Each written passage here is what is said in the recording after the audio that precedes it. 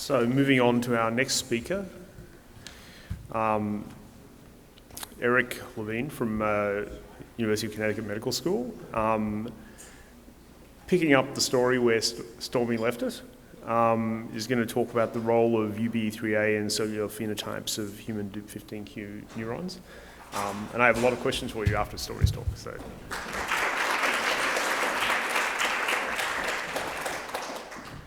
Thanks for the introduction. Thanks for the opportunity to tell you about the work we've been doing. Basically, I'm going to tell you about some work that we've done using human DUP15Q neurons derived from IPS lines to try to understand the role of UBE3A and potentially other genes in the duplicated regions in cellular phenotypes that hopefully relate to the behavioral expression that's seen in these individuals.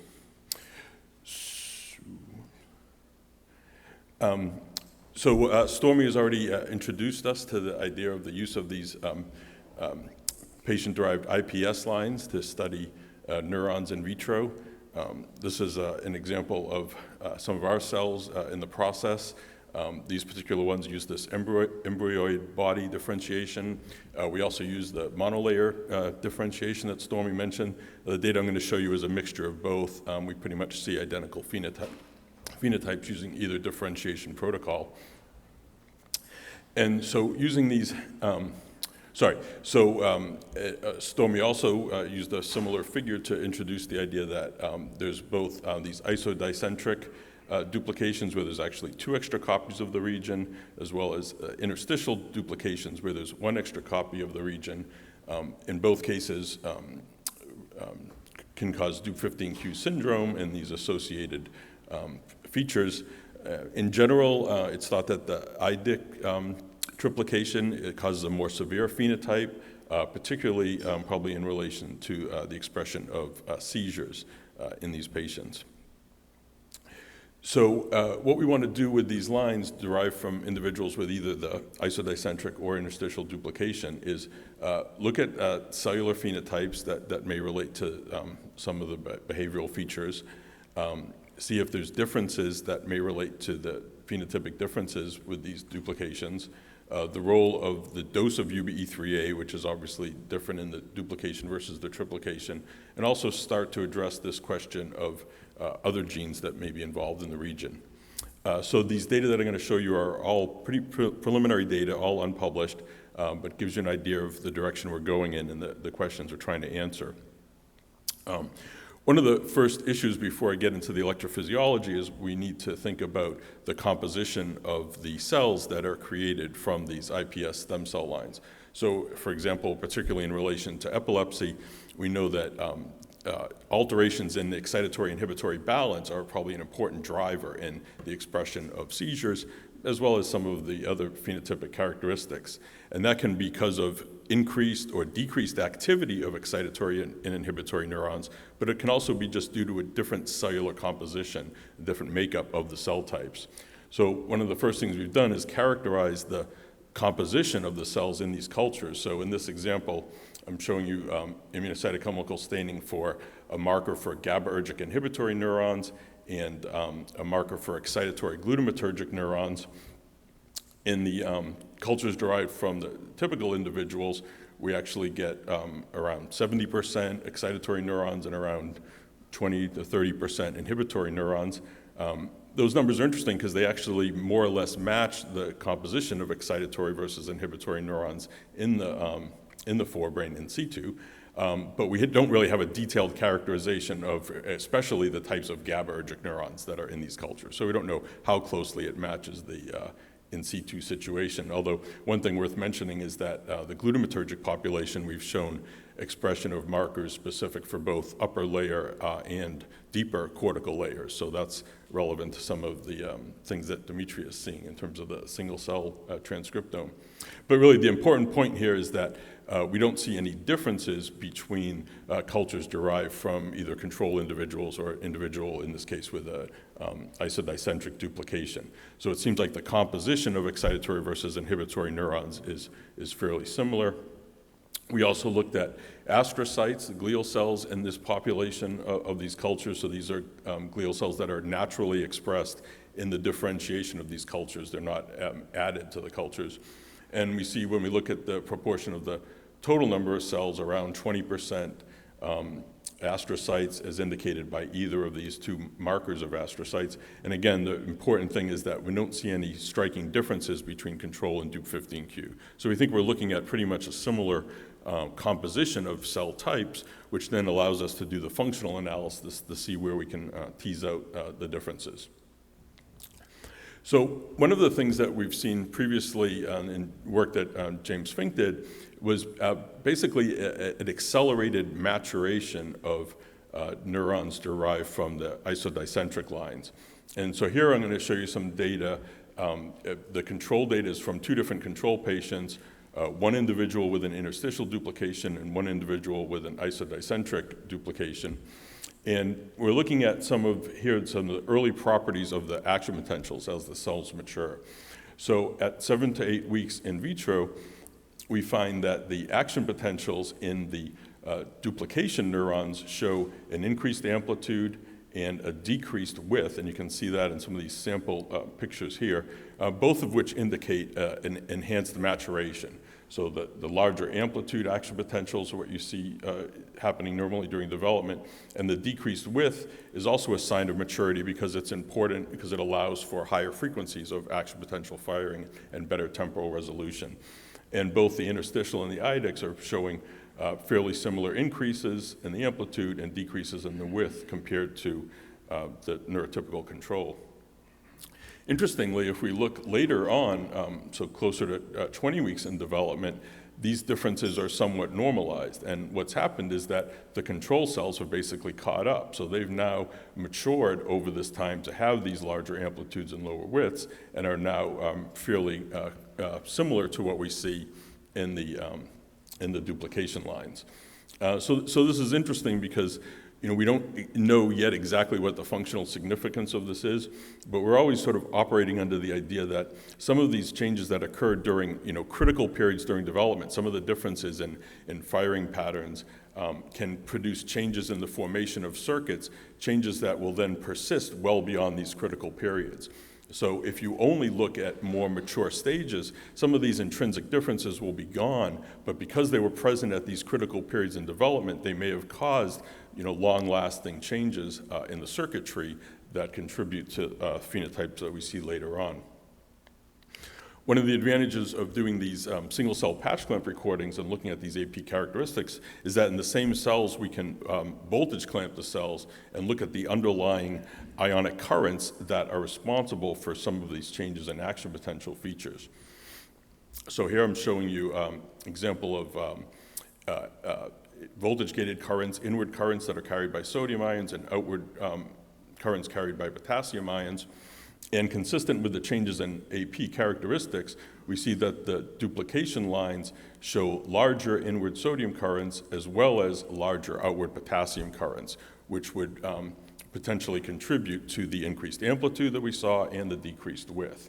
And one of the interesting things here is that we're actually seeing what is the start of maybe something suggesting a dose dependence of the increased expression of UBE3A in the isodicentrics versus the interstitials and having a larger effect on these potassium currents. So again, this is sort of initial stuff that we really need to carry up on, but we're really very interested in those potential differences between the two lines. And similar to what I showed you before, later on in culture, these differences are sort of normalized. So they kind of go away. We're not seeing them anymore, but again, we don't know what the implications of that earlier behavior was. And another thing we looked at with the interstitials versus the idics is changes in spontaneous synaptic activity. So James had previously shown that the Dup-idic neurons have increased synaptic connections and also increased spontaneous AP firing. We're interested in how that may relate, for example, to seizure susceptibility. And here in a new cohort of cells now, we recapitulate that increase in synaptic activity.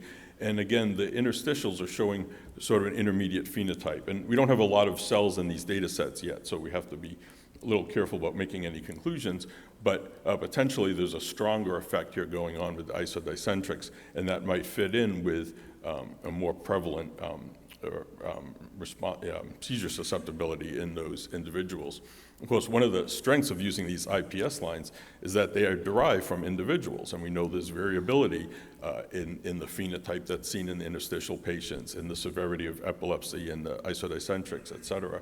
So really, ultimately, what we want to be able to do with this kind of data set is have more detailed information about the individuals that these lines were derived from, and really see if these insights in the cellular phenotype really match up with some of the behavioral manifestations that we're seeing. So I'm going to switch gears now to some other studies that we've been doing that are hopefully going to start shedding some insight on the roles of other genes that are in the duplicated region.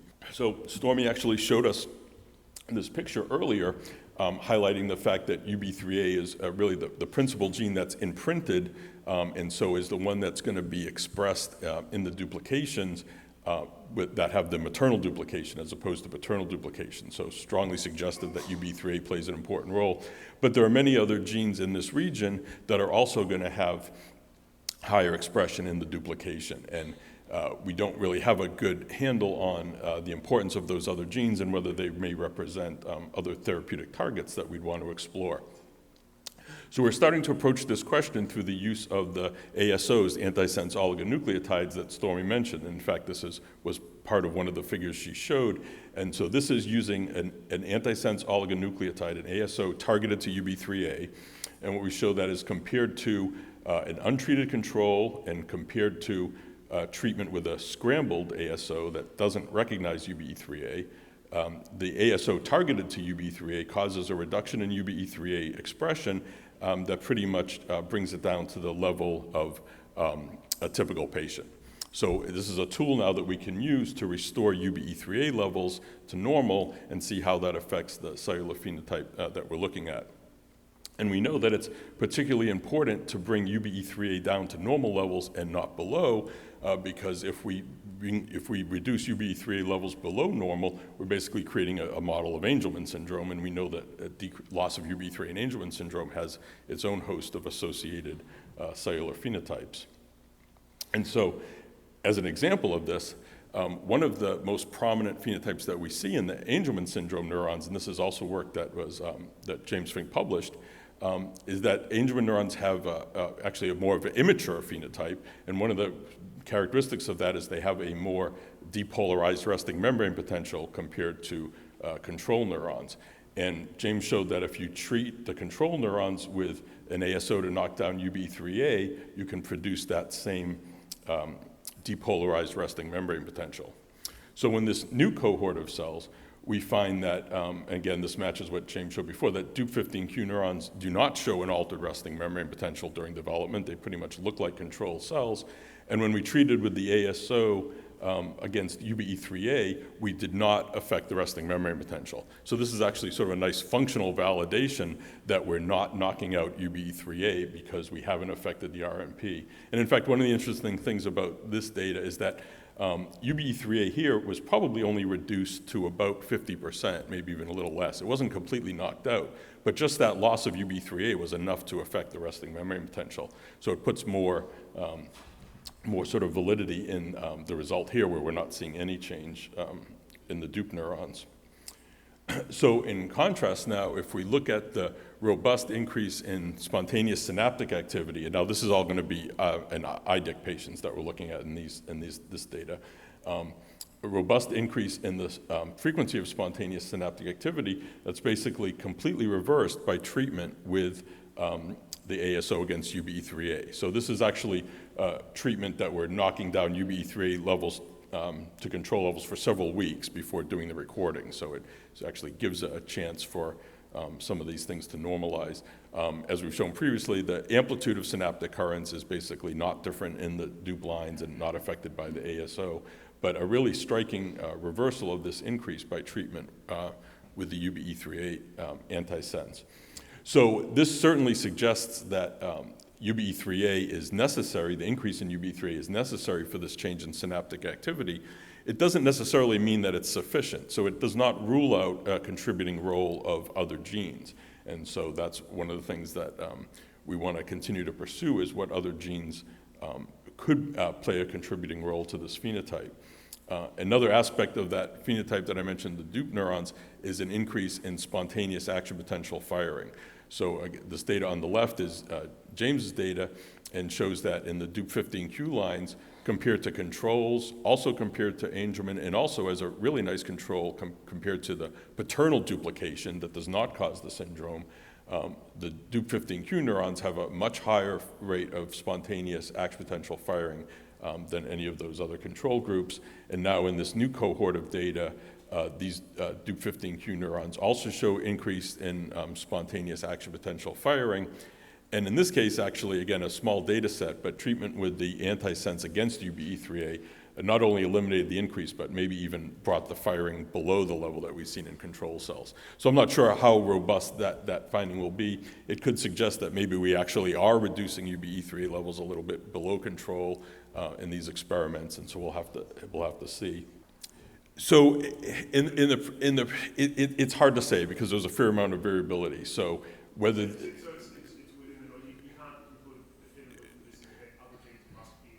So I wouldn't want to conclude that without a larger data set, yeah, because of the variability. But with that larger data set, we'll be able to answer that question, I think. And as I'll mention now in a second, some of the other strategies we can use with the ASOs will help us answer that. So I'll get back to that in 1 second. So in terms of the interstitial versus the isodicentric, we saw an accelerated development of the action potentials and the underlying voltage-gated currents compared to control neurons. That was similar, but the differences in synaptic activity appeared to be greater in the IDICs compared to the interstitials. So there are many other aspects of the phenotype that we haven't explored yet that we want to do in these lines. And in fact, we only have one line from an interstitial individual, so we'd like to increase that as well. But in James's previous work, he'd shown some very interesting differences in different forms of synaptic plasticity, and also in the expression of a potassium channel. Actually, we saw decreased functional expression of a potassium channel that could contribute to seizure susceptibility. So it'll be very interesting to look at those phenotypes in the interstitials versus the IDICs and help us narrow down maybe aspects of the phenotype that specifically contribute to seizure susceptibility. Also tell us something about whether there's sort of a UBE3A sort of dosage response in terms of more UBE3A causing more severe aspects for the particular phenotypes. The other reason that the interstitials are of particular interest because as Stormy talked about, it's very important to create isogenic cell lines for a lot of the work that we want to do. And we think that the first success in generating an isogenic line for the dupe individuals may actually be in the interstitial lines. And so it's important that we have a robust physiological phenotype for the interstitial lines if we're going to be able to exploit the advantages of having the isogenic line. So in terms of looking at the other genes, we have some preliminary evidence that knocking down, why do I keep doing that? That knocking down UBE3A can reverse some of the changes we see. It suggests that it's sufficient, but that it's necessary, but may not be completely sufficient. So what we will do, in addition to expanding that data set, is that we can use ASOs targeted to some of the other genes, and Stormy showed some of the preliminary data of ASOs working against other genes in that region, to see if knocking down those genes in particular in lines derived from the dupe individuals has any effect. So does that on its own contribute to the phenotype? We can also do the inverse experiment of taking control lines and only increasing UBE3A and seeing how much of the phenotype in the individuals is recapitulated by just increasing UBE3A, or do you actually need those other things? So that can be important in identifying other therapeutic targets for aspects of the phenotype. And it can also be important for generation of new mouse models. So we know from mouse models, and I think we'll hear a little bit about that from Ben, that clearly increasing UBE3A plays a causative role in some of these phenotypes. But duplicating the entire region has been a difficult thing to to do in terms of paralleling the human phenotype. And there's a lot of other genes there, and it's kind of a messy thing to approach in mouse models. But if we can use this approach to identify specific genes that may work in tandem with UBE3A, then it may be possible to then generate mouse models based on that. That will maybe give a more complete phenotype. So that's basically it. I want to acknowledge the more recent work that I presented that's unpublished is work by Marwa El Amin and Tawana Robinson in the lab. I mentioned a lot of the previous data was work that James did. Of course, all of this work is in conjunction with Stormy's lab, and in particular, Noel Germain did some of the preliminary work on the antisense oligonucleotides. And actually, those ASOs have been provided through a collaboration with Ionis Pharmaceuticals. And our funding sources below, including the Alliance, which helped fund a lot of our early work on the dupe neurons through the fellowship that James received. And I'll take any questions. Thanks. A very elegant study.